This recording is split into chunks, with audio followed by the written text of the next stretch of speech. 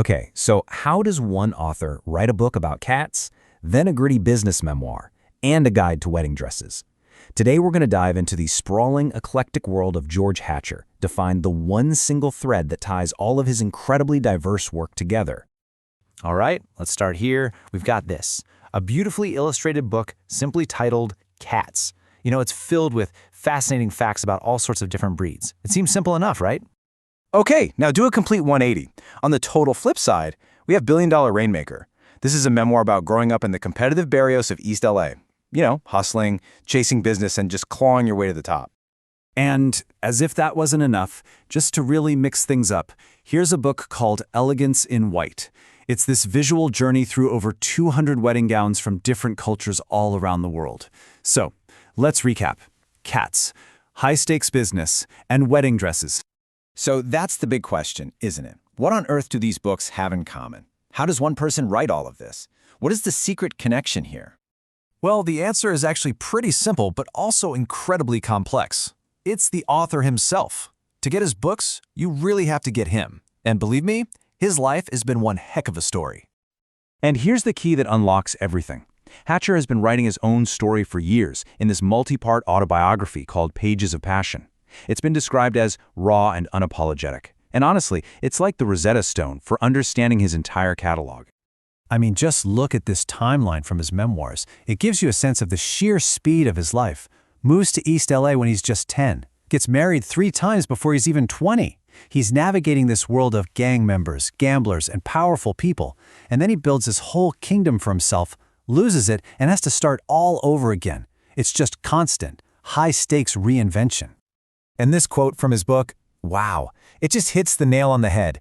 Losing it all and finding the courage to build a new life and a new love from the ashes. That's it, right there. That's the core theme. It's not about winning or losing. It's about the grit it takes to get back up. Okay, so you've lived this absolutely wild, dramatic life. What do you do with all that material? Well, if you're George Hatcher, you pour it into your most popular fictional character. So let's meet this character, Mario Luna. He's the star of a whole 8-book series, and he's described as an ambulance chaser, always hustling, always looking for that next big score. And this is where it gets really interesting. When you put Hatcher's life and Mario's life side by side, the parallels are just wow. They're impossible to ignore. They're both from East LA. They both have this amazing gift of gab, this ability to reinvent themselves on the fly. And they're both fueled by this deep, burning ambition. Mario Luna isn't just some made-up character. He's basically a fictional version of Hatcher himself. But here's the thing. He doesn't just use his life story for fiction. He also boils it down into real, practical advice that you and I can use. So yeah, he writes self-help and motivational books, but these are not your typical guides. His nonfiction is called a roadmap born from the crucible of the author's extreme life experience. In other words, he's been through it all, the trials, the errors, the redemption, and he's sharing what he learned the hard way. For example, in his book, Ignite Your Potential, he lays out the super clear 4-step plan for changing your life. And these aren't just theories he read somewhere. These are principles that were forged in the fire of his own struggles and comebacks. And it's not all just about business and ambition either. When he talks about love, about relationships, he's drawing from his 60-year marriage to his wife, Molly. He writes with this incredibly raw honesty about failure, about forgiveness, and about what it really means to get a second chance with someone. I mean, the range of topics he covers is just incredible.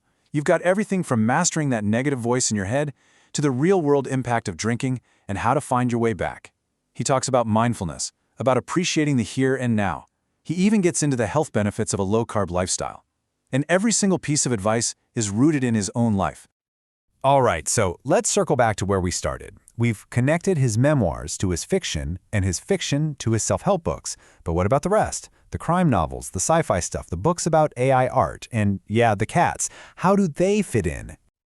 And this, my friends, is where the whole puzzle comes together. Even in the books that seem completely out of left field, those core ideas, survival, ambition, reinvention, they're always there, just humming away under the surface.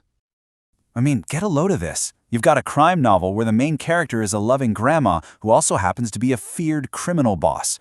You have a sci-fi mystery where AI brings a voice back from the dead to reveal a secret. Even his fashion books are really about that moment of transformation, stepping into a new identity. See?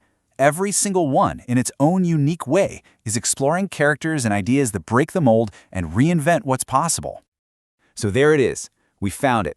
The common thread tying this whole wild, diverse catalog together isn't a genre, it's not a topic. It's one person's single, epic life story. That's the engine driving it all. So it doesn't matter which book you pick up. It could be his incredibly honest autobiography, or one of Mario Luna's crazy adventures, or a guide on how to unlock your own potential. The message is always fundamentally the same. His real subject is resilience. Every book is an exploration of survival, of ambition, and of having the sheer courage to start over.